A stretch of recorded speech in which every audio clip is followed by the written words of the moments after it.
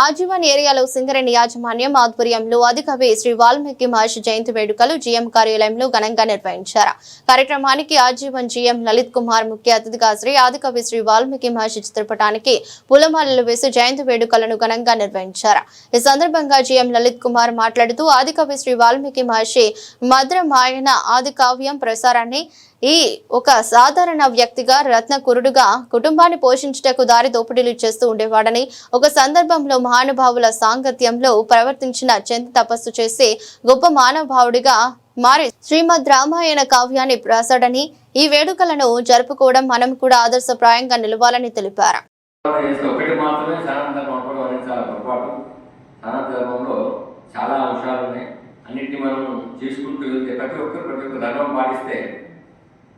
ధర్మం రక్షితే రక్షిత అన్నారు. మనం ధర్మాన్ని రక్షిస్తే అదేవిధంగా ఈరోజు వాల్మీకి గురించి మనం చెప్పుకోవడం చాలా అదృష్టంగా భావిస్తున్నాము. చదివాము, కానీ భారత ప్రభుత్వం మనం తీసుకోవాలని చెప్పేసి కొన్ని ఈ యొక్క జ్ఞానాన్ని మనం గుర్తించడానికి చాలా సంతోషదాయకం. మనందరం కూడా గమనించాలి.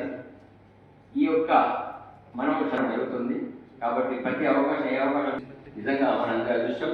మరొకసారి కథ రూపంలో కానీ ప్రతి ఊర్లో ఉన్న వాళ్ళు చాలా వచ్చాయి.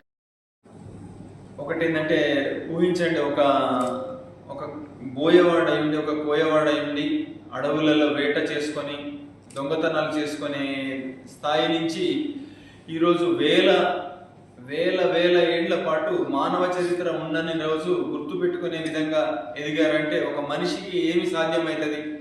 సో ఎక్కడ మొదలు పెట్టామన్నది కాదు, మనము ప్రతిరోజుని ఎట్లా గడుపుతాము, మనము ఎక్కడికి పోతామన్న దానికి, ఎక్కడికి పోవచ్చు అన్నదానికి ఆ మహర్షి యొక్క జీవితం ఆదర్శవంతం.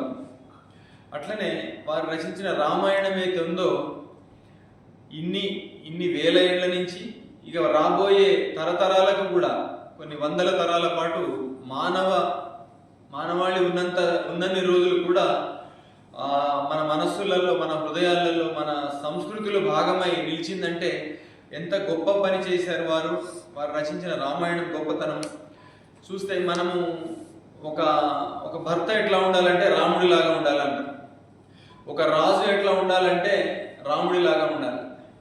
ఎందుకంటే ఆ రకంగా రామరాజ్యం అంటారు, ఎట్లా పాలించాలి అంటే రాముడిలాగా ఉండాలి. ఒక కొడుకు ఎట్లా ఉండాలంటే రాముడిలాగా ఉండాలి. అంటే కన్న తల్లికి ఇచ్చిన మాట కోసము వనవాసం పట్టుకుని 14 ఏళ్ల పాటు అడవులలో భార్యను పిల్లల్ని, ఒక భార్య ఎట్లా ఉండాలంటే సీతలాగా ఉండాలి. ఎందుకు అంటే భర్తకు అనుగుణంగా ఒక ఆమె రాణి అడవులలో అంతఃపురాల్లో ఉండే ఆమె భర్త కోసమని పొయ్యి అడవులలో అన్నేళ్ల పాటు ఇబ్బందులు పడుతూ కూడా ఉంటుంది. ఒక దాంపత్యం ఎట్లా ఉండాలంటే మనం సీతారాములు గుర్తొస్తారు. అంటే కష్టాలు వచ్చినా సుఖాలు వచ్చినా అందరూ కలిసి ఉండాలి, మెలిసి ఉండాలి.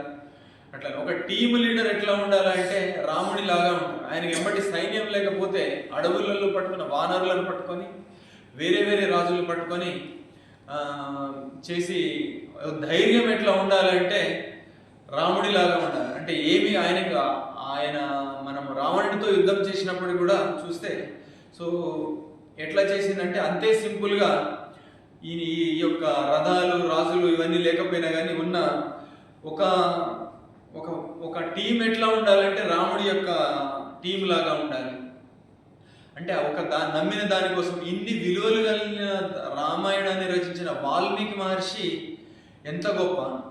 అట్లనే వారు యొక్క ఈ లవకుశులు వస్తే కూడా వారి సీతకి ఆశ్రయం ఇచ్చి మళ్ళీ వాళ్ళు కలపడంలో కూడా లవకుశుల్ని పెంచి వాల్మీకి రామాయణం ముగింపు కూడా వారి ద్వారానే మళ్ళీ వారిని కలపడం. సో ఇందాక చెప్పినట్లుగా ఇంత మహనీయుని యొక్క తలుచుకోవడము, మనం వారి యొక్క విలువలైనటువంటి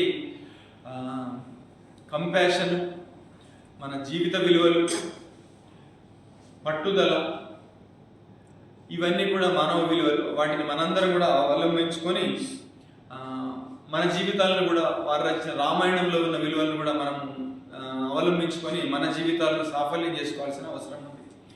ఇందాక చెప్పినట్లు ఈ రకమైన కార్యక్రమాలు చేసుకోవడం ద్వారా ఈ మహనీయులను తలుచుకోవడం, వారిని మన దైనందిన జీవితంలో మన జీవన విలువలలో వారి యొక్క విలువలను ఉంచుకొని మనం ఒక గొప్ప దేశంగా, ఒక గొప్ప రాష్ట్రంగా పెంపొందించుకోవడంలో ఇది ఎంతైనా ఉపయోగపడతాయి ఇట్లాంటి యొక్క కార్యక్రమాలు.